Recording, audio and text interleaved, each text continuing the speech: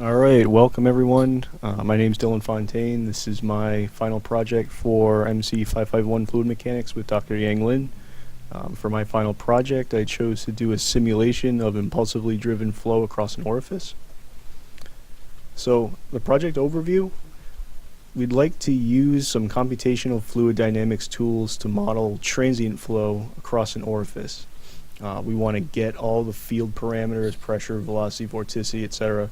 as a function of time, and we'd like to look at an impulsively driven flow, which means that there's a sudden pressure difference from one side of the orifice to the other that's introduced at t equals 0, and then we'll see how the flow progresses from there. We'd like to use two-dimensional or axisymmetric assumptions to simplify the problem and simplify computation if possible. So the relevance to current research. So part of my research is on shrouded implosion events. And just a little background on what an implosion is. It's a sudden collapse of a structure due to some external pressure. Traditionally, we consider this to be underwater, but it can happen in air if a vacuum is drawn inside of a pressure vessel, for example.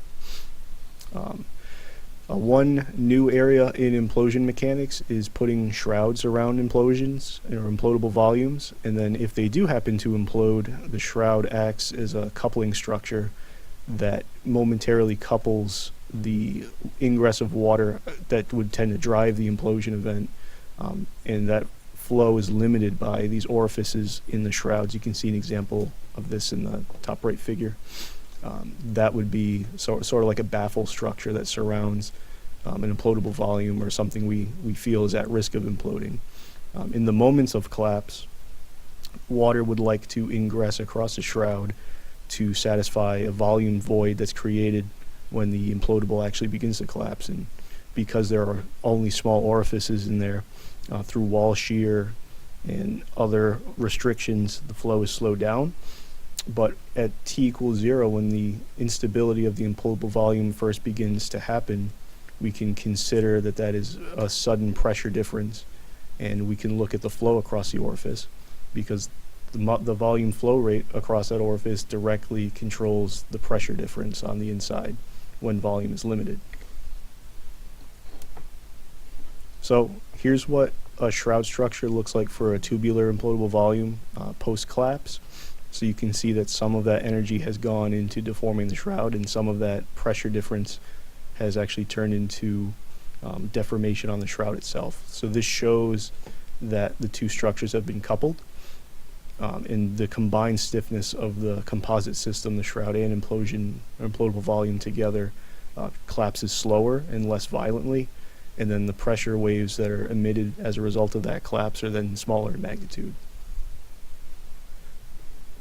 So for this problem, I chose to use the SolidWorks Flow Simulation tool. This is the integrated modeler and solver that's built into your standard SolidWorks Premium 2022 software build. A lot of times, the SolidWorks package of simulation tools gets a little bit of criticism for its simplicity or its lack of robustness compared to, say, something like OpenFoam or ANSYS or COMSOL or Abacus. And the reasons for that are generally that it doesn't give you a good granular control of the computational grid, the element type. It's hard to define what the actual equations of state are and what equations it's solving behind the scenes. A lot of that is wrapped up in a very user-friendly UI that's meant more for simpler analyses or rough orders of magnitude. The advantage, though, of having a user interface that's simple means you can set up a problem and run it very easily. And because it's integrated into the normal SolidWorks 3D modeling software, it gives you the advantage of being able to go back and change your model right in the same software without having to re-import or make changes in another set of software. Its accuracy is arguably less than other solvers where you do get better and more granular control. But I believe for this problem, which really we're interested in just the general behavior of orifice flow, of impulsive orifice flow, I think it would be a good candidate to just get us the general trends and a rough order of magnitude for, say, volume flow rate or flow velocities. So for this problem, we chose a simplified definition. We have a 5-inch long pipe. At the midplane, we've put an orifice that is a 1/4 inch in diameter.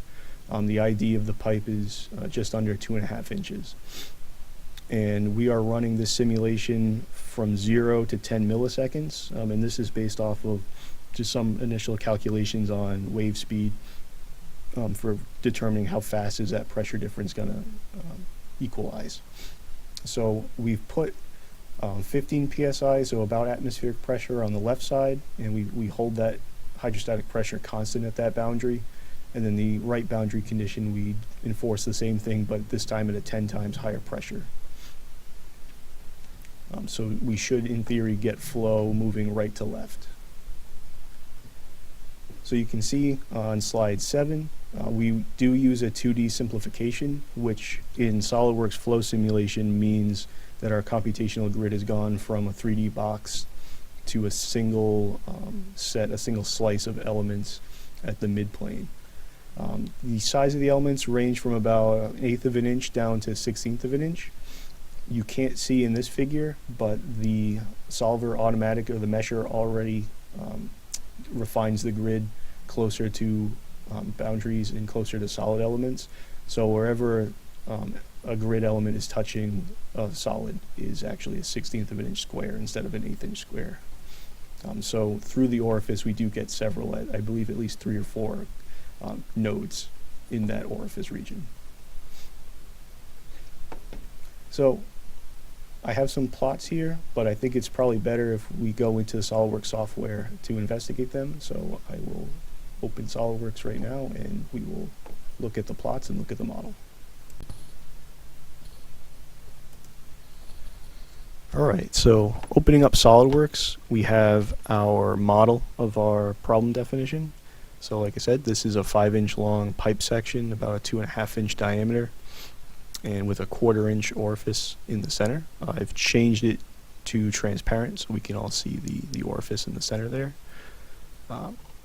Going into boundary conditions, we have our boundary condition on the left side, which is an environment pressure of 15 psi.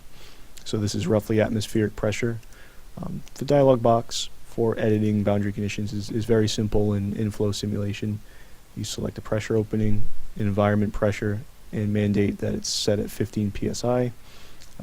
There's also temperature effects because this is takes into account the full thermodynamic field.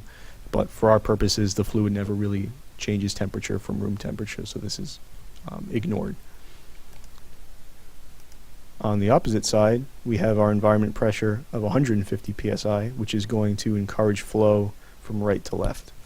Now the solver stipulates or applies these boundary conditions at t equals 0, which effectively gets us our suddenly increased pressure difference.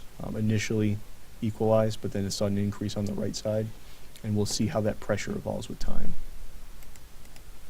So looking at the pressure plot, we can see that within about a millisecond, the pressure has equalized in either half of the domain. That 150 psi boundary condition has evolved over to the left side or the right side of the orifice, and this entire region is effectively a constant of 150 psi. Similarly, there's some transient response here, and that's probably due to the flow rate of water across the orifice, but this roughly equalizes to about 15 psi on the left side. You can see that there is a large pressure gradient across the orifice, as expected. And that does appear to have some transient that's not damped out within 10 milliseconds, but for the most part it has reached effectively a steady state. So these are this is our pressure field over time. Moving on to velocity, which is the more interesting parameter for us. We can see how the velocity starts at 0, and then flow is encouraged from right to left, and our velocity vectors all point towards the left. We can see that pressure is allowed to equalize through one opening, so that flow slips along the wall and moves inwards towards the orifice as expected, and then as soon as it crosses the orifice is allowed to expand again, slows down, The farther it is from the orifice, the smaller these vectors are, as expected. And we can see how this evolves with time into a sort of jet that follows the radial midline and continues to the left. So that this tapering is due to, one, partly the expansion from the orifice diameter out to the full diameter of the pipe, and partly due to viscosity.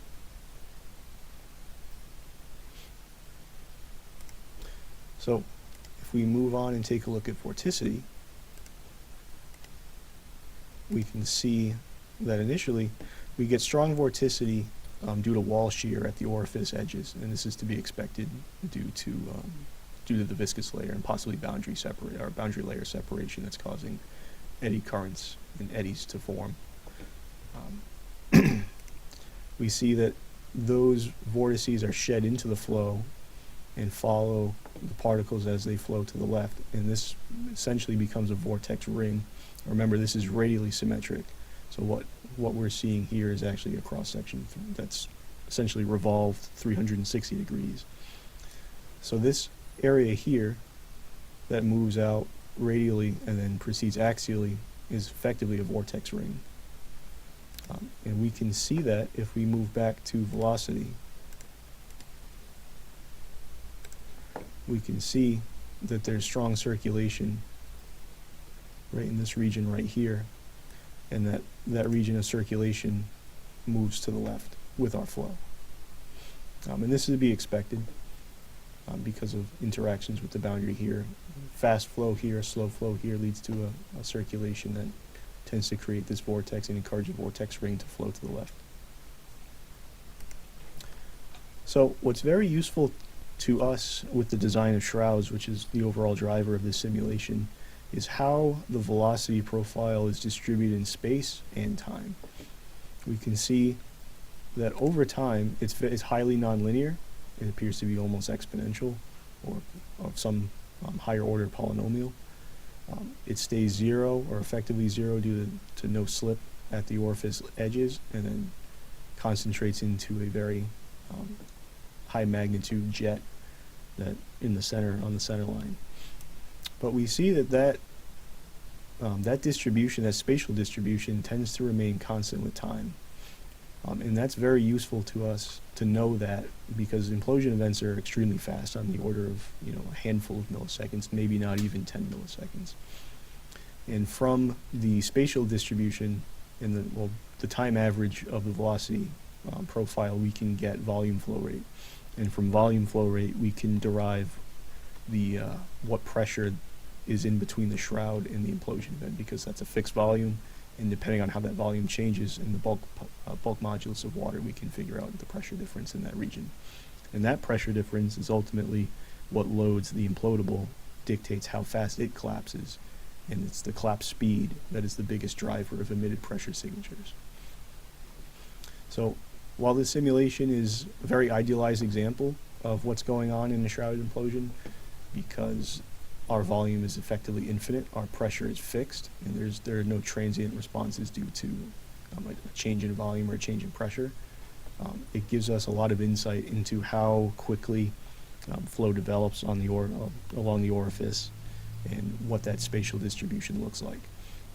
Some further work could go into effectively a parametric study of orifice size, pressure difference, other parameters. And from there, we could derive correlations that could be used in a model for shrouded implosions to kind of give us an idea of how that pressure equalization looks like that happens between the shroud and the implosion, or the implodable volume itself. So with that, I believe that's the end of my presentation. So I thank everyone for listening, and Merry Christmas and Happy Holidays to everybody. Thanks.